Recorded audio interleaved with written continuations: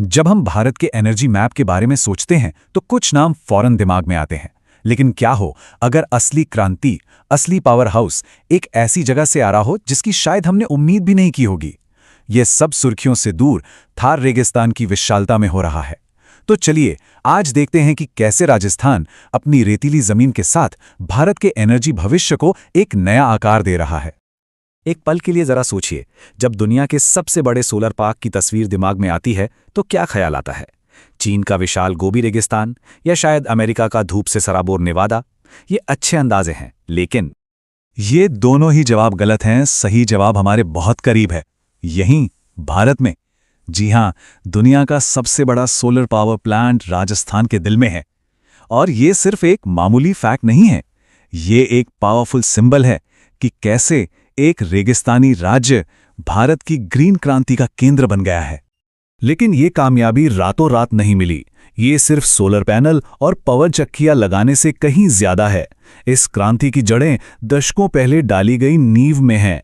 सब कुछ एक संगठित स्ट्रेटेजिक ढांचे के निर्माण से शुरू हुआ।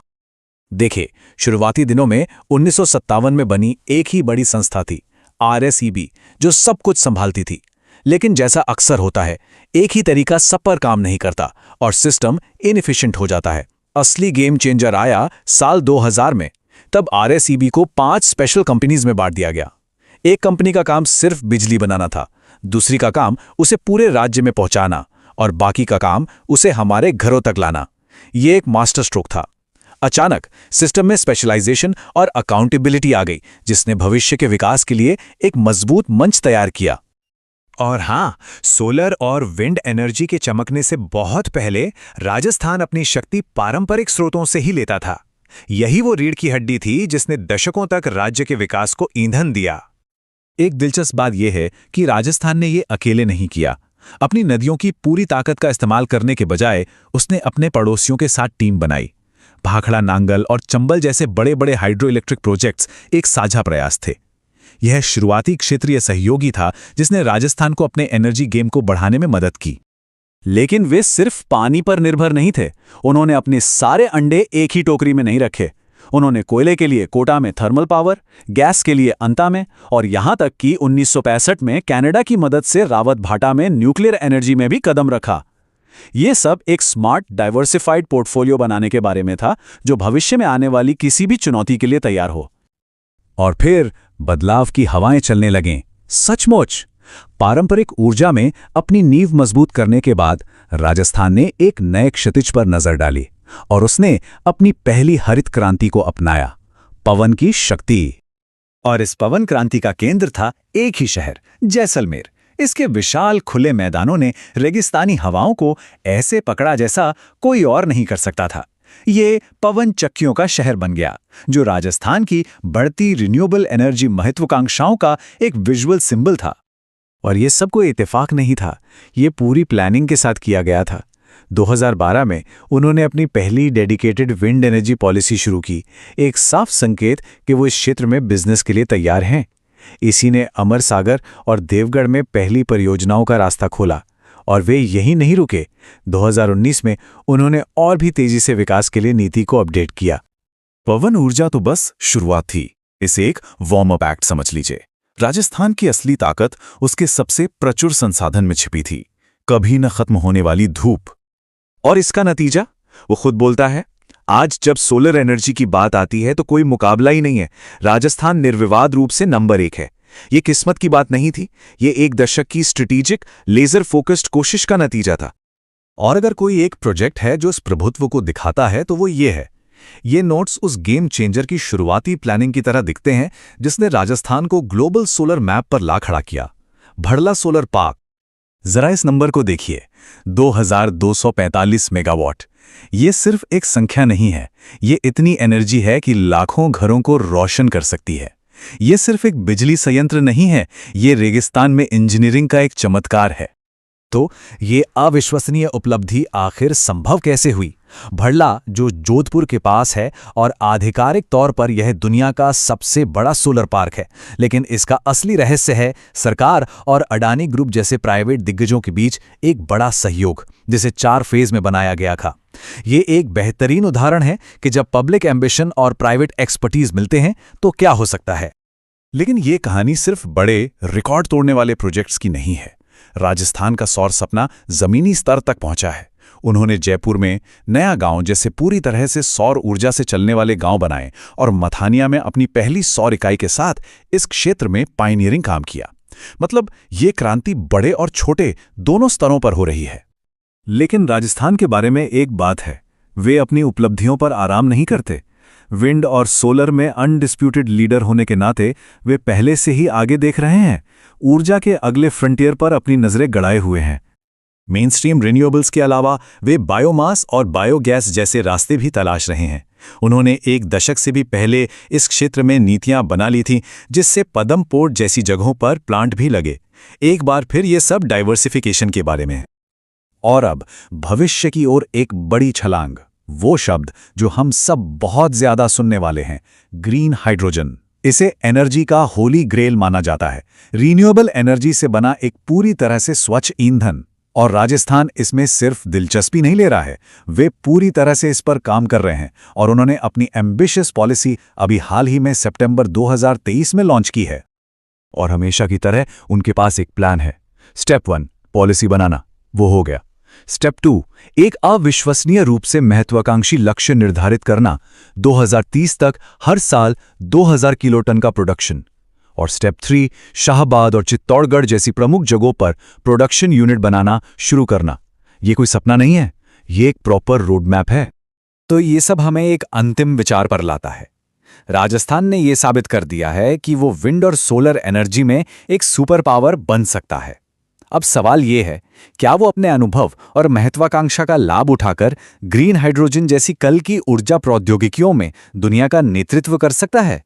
इस राज्य का सफर अभी खत्म नहीं हुआ है, शायद अभी तो बस शुरू हुआ है। ये नाम सुनते ही दिमाग में क्या आता है? शायद विशाल रेगिस्तान और चारों तरफ फैली तेज धूप, है ना? पर जरा सोचिए, क्या हो अगर यही रेगिस्तान, यही धूप भारत का सबसे बड़ा पावर हाउस बन जाए? आज हम यही समझने वाले हैं कि कैसे राजस्थान ने अपनी सबसे बड़ी ज्योग्राफिकल चुनौती को अपनी सबसे बड़ी ताकत में बदल दिया। और यकीन मानिए, ये कहानी सिर्फ टेक्नोलॉजी की नहीं, बल्कि एक कमाल की स्ट्रैटेजी की भी है। तो चलिए सीधे पॉइंट पर आते हैं। आज की तारीख में अगर भारत में सोलर एनर्जी की बात हो तो एक ही नाम सबसे ऊपर आता है, राजस्थान। देश में सबसे ज्यादा इंस्टॉल्ड सोलर कैपेसिटी, मतलब सौर ऊर्जा पैदा करने की क्षमता, इसी राज्य के पास है। पर यह हुआ कैसे? यह अपने आप में एक बड़ा सवाल है ना?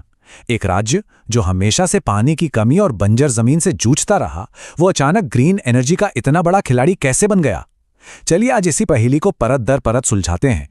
इस पूरी कहानी को समझने के लिए हम 4 हिस्सों में आगे बढ़ेंगे। सबसे पहले हम उस बुनियाद को देखेंगे जिस पर यह सब कुछ खड़ा है, राजस्थान का पावर ग्रिड। फिर सौर और पवन ऊर्जा की क्रांति को समझेंगे। इसके बाद राज्य के पूरे एनर्जी मिक्स पर एक नजर डालेंगे और आखिर में ये देखेंगे कि भारत के ग्रीन फ्यूचर की कमान राजस्थान के हाथों में कैसे आ रही है। तो चलिए शुरू करते हैं एकदम बेसिक से, मतलब नींव से। देखिए, किसी भी एनर्जी रेवोल्यूशन के लिए एक मजबूत और मॉडर्न पावर ग्रिड का होना बहुत जरूरी है, और राजस्थान ने इसकी तैयारी काफी पहले ही शुरू कर दी थी। कहानी की शुरुआत होती है 1957 से, जब राजस्थान स्टेट इलेक्ट्रिसिटी बोर्ड यानी RSEB बना। लेकिन असली गेम चेंजर मोमेंट आया साल 2000 में। तब सरकार ने एक बहुत बड़ा फैसला लिया। उन्होंने एक बड़े से बोर्ड को तोड़कर 5 अलग अलग स्पेशलाइज्ड कंपनीज में बांट दिया। यह कदम एक मास्टर स्ट्रोक था, क्योंकि इससे काम में तेजी आई और हर एक हिस्से पर, मतलब प्रोडक्शन से लेकर डिस्ट्रीब्यूशन तक, बेहतर फोकस किया जा सका। यह बंटवारा हुआ कुछ इस तरह से: एक कंपनी सिर्फ बिजली बनाएगी, दूसरी कंपनी उस बिजली को पूरे राज्य में फैलाएगी और बाकी की 3 कंपनियां उसे अलग अलग इलाकों में, जैसे जयपुर, अजमेर और जोधपुर में, घर घर तक पहुंचाएंगी। इस रीस्ट्रक्चरिंग ने न सिर्फ सिस्टम को एफिशिएंट बनाया, बल्कि आने वाले बड़े बदलावों के लिए एक सॉलिड प्लेटफॉर्म भी तैयार कर दिया। अच्छा, तो अब बात करते हैं इस कहानी के सबसे दिलचस्प हिस्से की, सोलर और विंड एनर्जी। यहीं से राजस्थान ने अपने नेचुरल एडवांटेज का सही मायने में इस्तेमाल करना शुरू किया। देखिए, राजस्थान के लिए सोलर एनर्जी सिर्फ बिजली पैदा करने का एक तरीका नहीं है। ये थार रेगिस्तान जैसी एक बहुत बड़ी चुनौती को सोने की खान में बदलने की कहानी है। जहां कल तक सिर्फ रेत और धूप थी, वहां आज एनर्जी का एक न खत्म होने वाला समुंदर है। और अगर इस विजन की स्केल को समझना हो तो बस एक नाम काफी है, भड़ला सोलर पार्क। 2245 मेगावाट। ये नंबर इतना बड़ा है कि ये दुनिया के सबसे बड़े सोलर पार्क्स में से एक है। यह राजस्थान की सोलर पावर का एक जीता जागता सबूत है जो आसमान से भी दिखाई देता है। लेकिन यह कहानी सिर्फ बड़े बड़े सोलर पार्कों तक ही सीमित नहीं है। सोलर एनर्जी अब राजस्थान की डेली लाइफ का हिस्सा बन चुकी है। सोचिए जरा, जयपुर में एक पूरा का पूरा गांव, नया गांव, सिर्फ सोलर एनर्जी से रोशन है। जोधपुर में फ्रिज सोलर पावर से चल रहा है और यहां तक कि पिछौला झील में नावें भी सूरज की रोशनी से चल रही हैं। यह है असल बदलाव। तो सूरज की तो बात हो गई, पर राजस्थान ने हवा की ताकत को भी पहचाना। विंड एनर्जी यहां का दूसरा बड़ा प्लेयर है और इसमें भी पश्चिमी राजस्थान का जैसलमेर जिला, जिसे पंखों का शहर भी कहते हैं, वो आज विंड एनर्जी का एक बहुत बड़ा हब बन चुका है। देखिए, ये जो भी सफलता है ना, ये कोई तुक्का नहीं है। इसके पीछे एक सोची समझी पॉलिसी है, एक स्ट्रैटेजी है। राजस्थान ने 2011 में अपनी पहली सोलर पॉलिसी बनाई, फिर 2012 में विंड पॉलिसी, और सबसे जरूरी बात, वो समय समय पर इन पॉलिसीज को अपडेट करते रहे। दिसंबर 2019 में दोनों की लेटेस्ट पॉलिसी आई। ऐसा करने से इन्वेस्टर्स के लिए एक बहुत अच्छा माहौल बना। अच्छा, सोलर और विंड एनर्जी की तो खूब चर्चा होती है और होनी भी चाहिए, लेकिन राजस्थान की एनर्जी स्टोरी यहीं खत्म नहीं होती। असल में इस राज्य के पास एक बहुत ही डाइवर्स, मतलब एक मिला जुला एनर्जी पोर्टफोलियो है। और इस पोर्टफोलियो का एक बहुत अहम हिस्सा है एटॉमिक पावर, यानी परमाणु ऊर्जा। रावत भाटा का जो एटॉमिक पावर स्टेशन है, वो सिर्फ राजस्थान का पहला ही नहीं बल्कि इंडिया का दूसरा न्यूक्लियर प्लांट है। इसे 1965 में कनाडा की मदद से बनाया गया था और 1973 से यहां बिजली बननी शुरू हो गई थी। और हां, जो पारंपरिक स्रोत हैं वो भी अपनी जगह पर हैं। कोटा और सूरतगढ़ के थर्मल पावर प्लांट आज भी ग्रिड को स्टेबिलिटी देते हैं। वहीं भाखड़ा, नांगल और चंबल जैसे हाइड्रो प्रोजेक्ट्स हैं जो दूसरे राज्यों के साथ पार्टनरशिप में चलाए जा रहे हैं। लेकिन रुकिए, कहानी अभी बाकी है। राजस्थान बायोमास और गैस जैसे दूसरे रिन्यूएबल सोर्सेज पर भी काम कर रहा है। और एक सबसे मजेदार चीज, जैसलमेर में दुनिया का सबसे बड़ा हाइब्रिड पावर प्रोजेक्ट है। मतलब एक ही जगह पर विंड टर्बाइन और सोलर पैनल दोनों मिलकर दिन रात बिजली बनाते हैं। ये जो डाइवर्सिटी है ना, यही राजस्थान की असली ताकत है। तो ये तो हुई आज की बात। अब जरा भविष्य की ओर देखते हैं। राजस्थान सिर्फ आज का लीडर नहीं है, वो कल की एनर्जी टेक्नोलॉजी में भी लीडर बनने की पूरी तैयारी कर रहा है। और इसका सबसे बड़ा सबूत क्या है? वो है राज्य की नई green hydrogen policy. Green hydrogen को फ्यूचर का फ्यूल माना जा रहा है और राजस्थान ने 16 सितंबर 2023 से ही इसके लिए एक मजबूत पॉलिसी लागू कर दी है। ये दिखाता है कि उनकी सोच कितनी आगे की है। और ये सिर्फ बातें नहीं हैं, टारगेट एकदम क्लियर है। साल 2030 तक 2000 किलोटन प्रति वर्ष ग्रीन हाइड्रोजन का प्रोडक्शन। ये एक बहुत एम्बिशियस टारगेट है जो पूरे भारत के एनर्जी सीन को बदल सकता है। तो आखिर में एक सवाल जरूर उठता है, अपने विशाल रेगिस्तान, कभी ना खत्म होने वाली धूप और इन एम्बिशियस प्लान्स के साथ क्या राजस्थान में इतना दम है कि वो अकेले ही भारत के ग्रीन एनर्जी ट्रांसफॉर्मेशन की गाड़ी को खींच सके? ये एक बड़ा सवाल है और इसका जवाब भविष्य ही देगा। लेकिन अब तक का सफर देखकर उम्मीदें जरूर जगती हैं।